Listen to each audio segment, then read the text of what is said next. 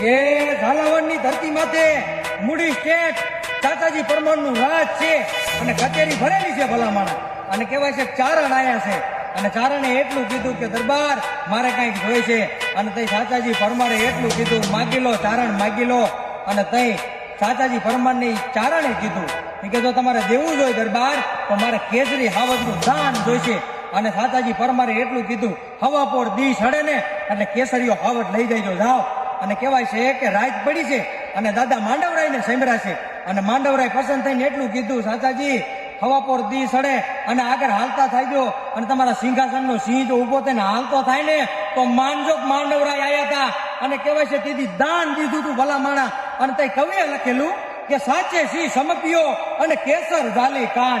હવે રમતો મૂકીને રાણા મને પૂરો પોકી ગયો પરમાર.